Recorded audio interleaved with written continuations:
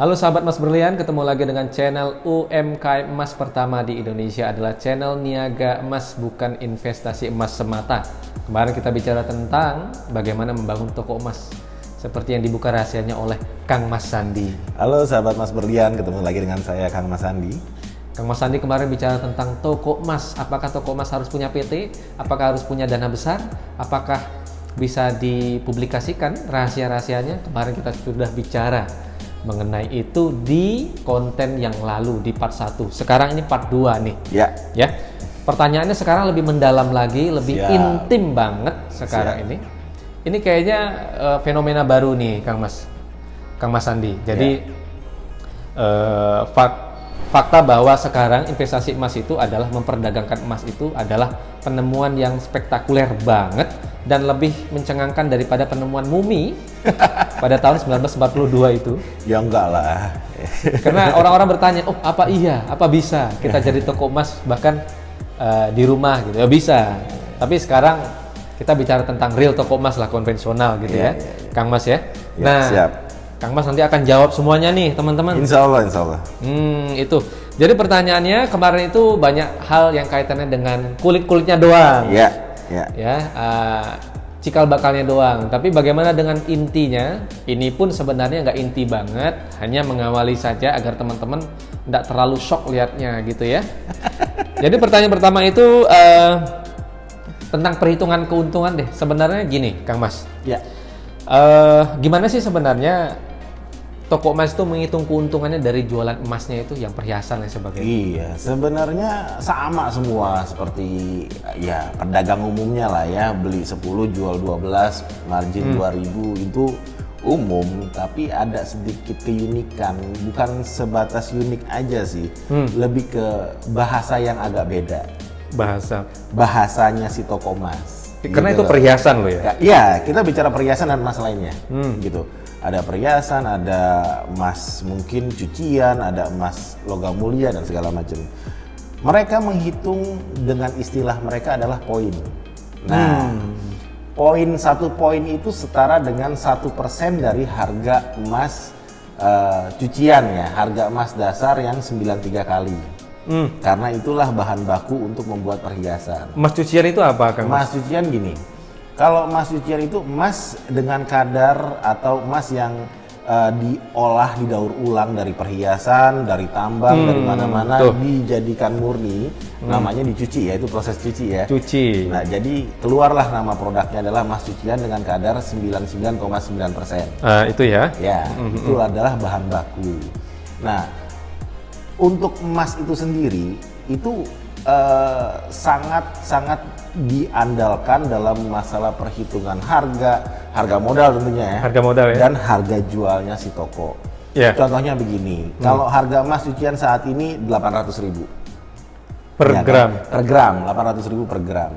Nah, toko emas memiliki margin dan biaya dia membeli dari distributor, itu menghitungnya poin. Contohnya begini, kalau toko emas itu membeli dari distributor kadar 70%, ya, distributor pastikan ada yang namanya biaya produksi dan segala macam. Nah, itu distributor akan menambahkan itu 5 poin. Jadi perhitungannya itu bukan 70% lagi kadar emasnya, jadi 75 dikalikan harga cucian.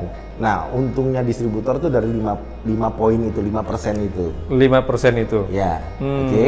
Nah, lalu toko menjual lagi kepada pelanggannya. Ya kan? Dinaikkan lagi? Dinaikkan lagi. Biasanya itu 3 poin. 3% lah? Ya, 3%. Nah, berarti si toko menjual emas kadar 70 dengan harga 78%. 5 poin dia harus bagi.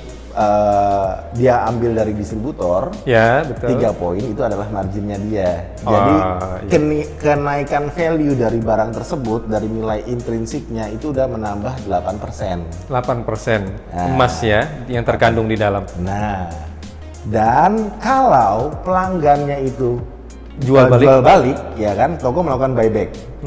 Si toko akan membeli emas itu enggak 70%, tapi melainkan 68%. di Ya kan? bawah ya. Di bawah nilai dari emas itu sendiri. Betul. 68% dia beli. Segitu. Ya kan? Dikalikan harga cucian tetap. Tetap patokannya itu harga cucian. Nah, ketika 68% dia bersihkan lagi, dia sepuh lagi, dia jadikan baru lagi, dijuallah ke tokonya dia lagi melalui tokonya dia dengan harga 78%. 78 lagi. Ya. Waduh, belinya jadi 68. ketika jual beli itu toko mendapatkan keuntungan. Iya, nggak heran dong kalau toko emas itu nggak ada yang bangkrut karena keuntungan dari perhiasan itu besar banget.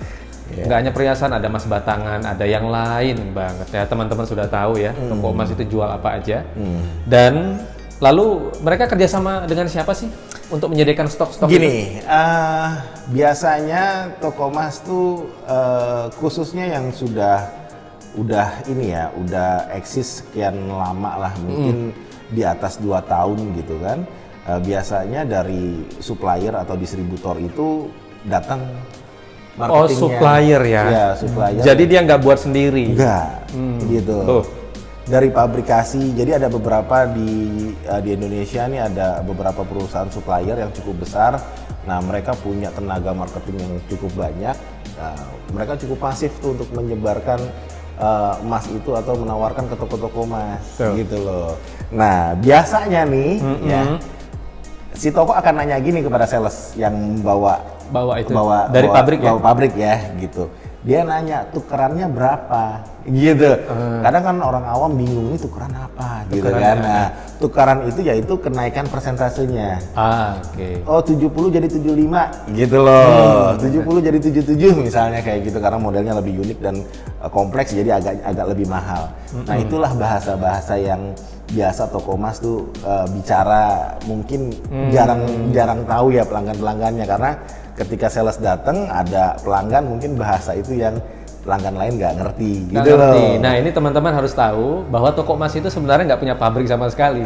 Dia hanya menyediakan etalase, dia hanya menyediakan jasa penjual atau siapa karyawan untuk menjualkan emas yang datang dari pabrik, dan itu pabrik bukan milik dia kerjasama dengan pabrik loh.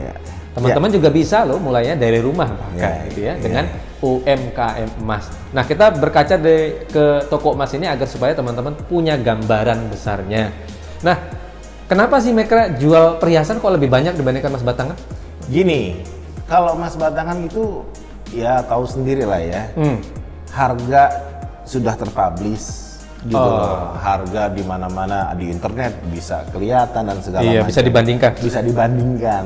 Nah, dengan begitu mungkin secara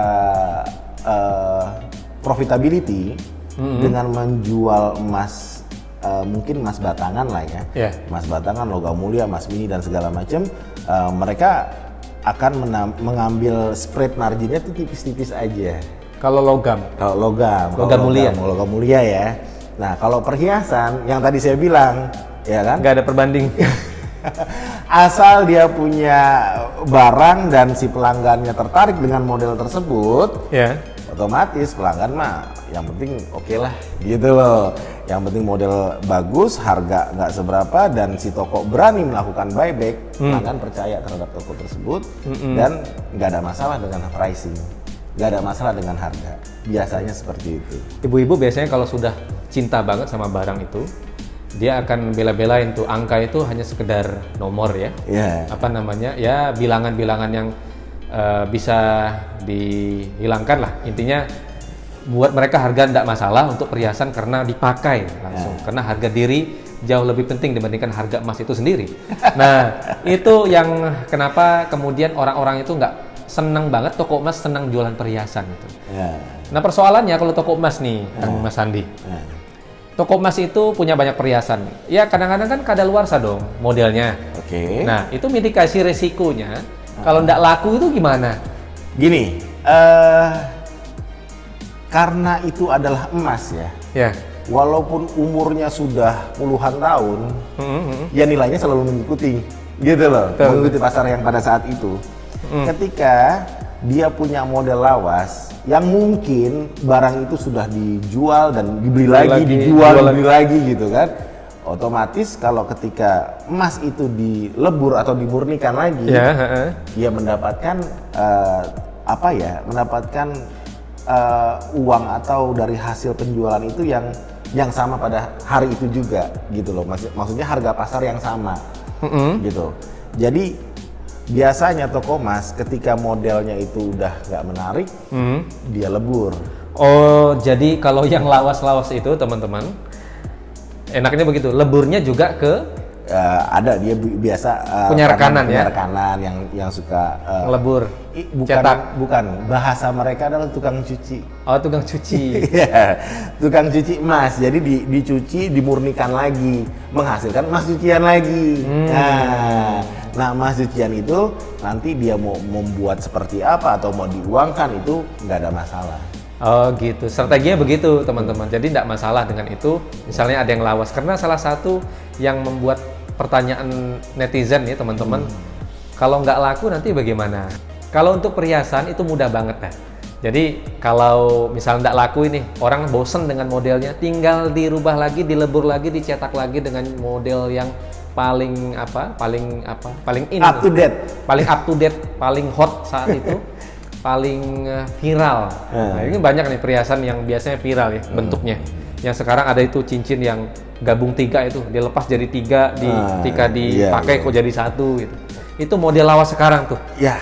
Nah, jadi kalau untuk bahan baku ketika si toko emas ini mencuci emasnya ya, karena modelnya sudah lawas, mencuci, dia tuh nggak semuanya dijual, dia simpan. Jadi khusus nanti ada pelanggan-pelanggan datang minta pesanan, oh saya mau pesan cincin kawin dong gitu, oh saya mau pesan liontin nama saya di sini gitu loh. Gitu ya? Nah itu dimungkinkan nanti untuk membuat emas itu kan harus ke tukang nih, ya kan harus ke tukang.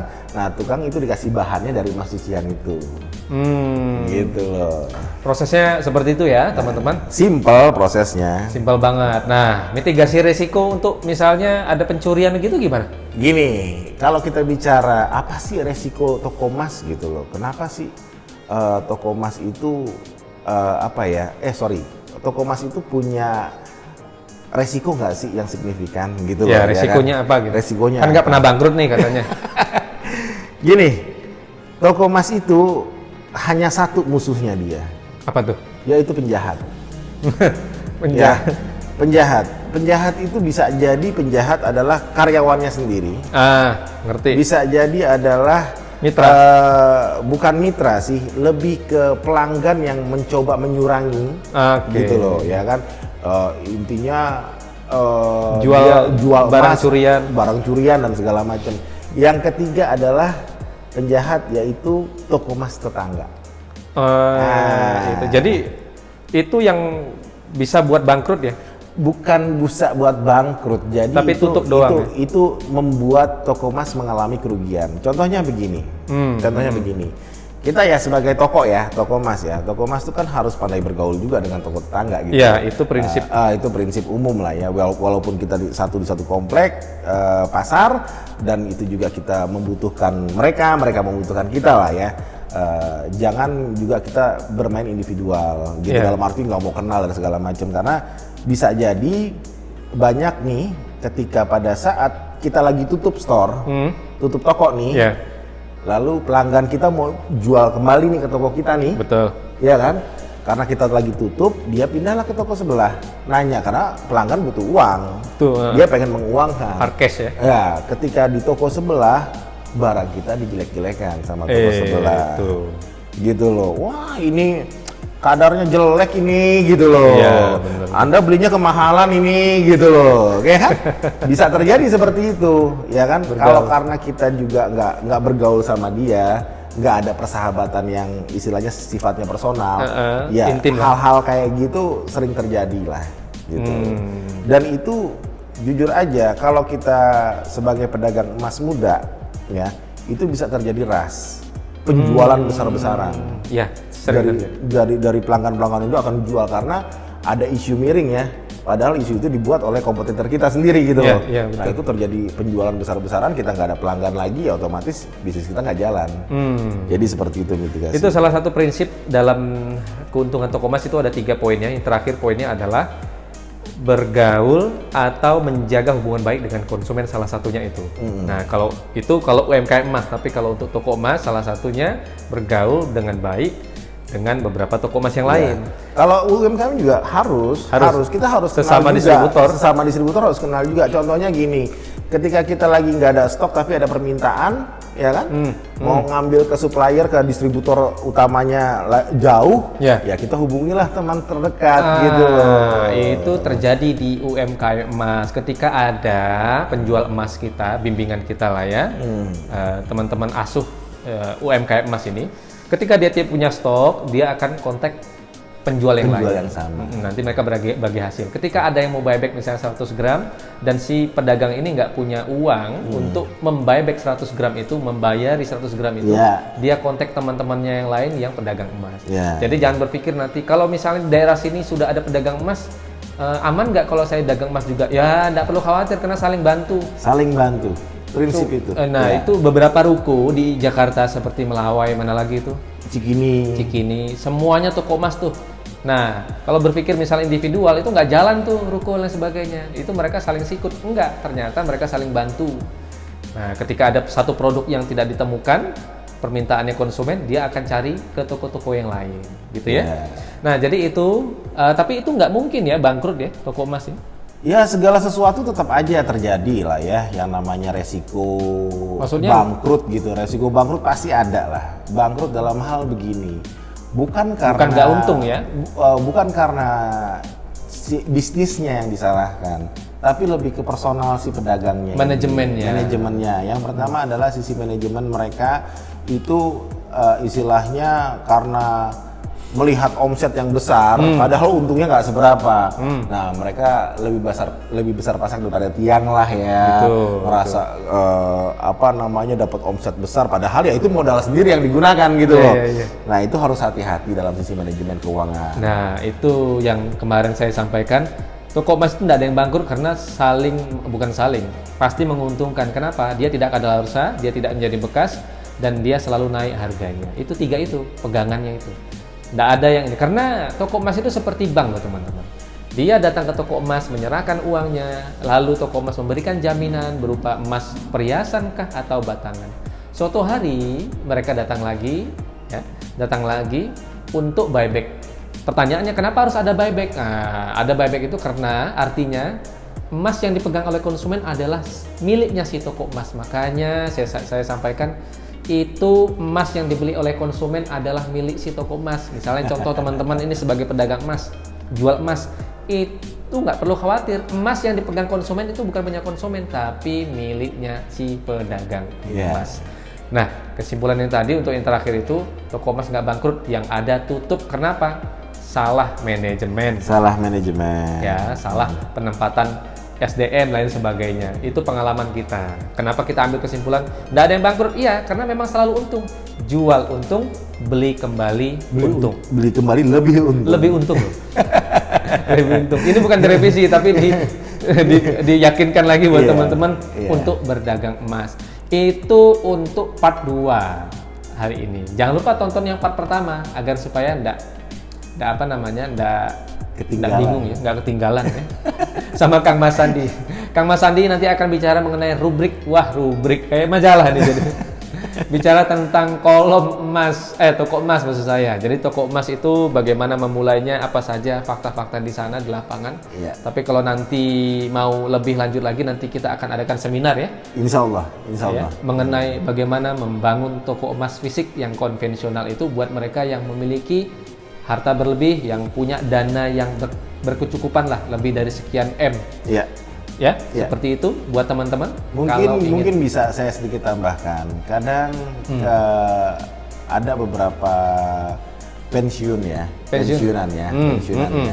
Mereka itu ketika mendapatkan pensiun, ada yang secara bulanan, ada yang lamsam, gitu kan. Nah, bingung mengelola uang itu.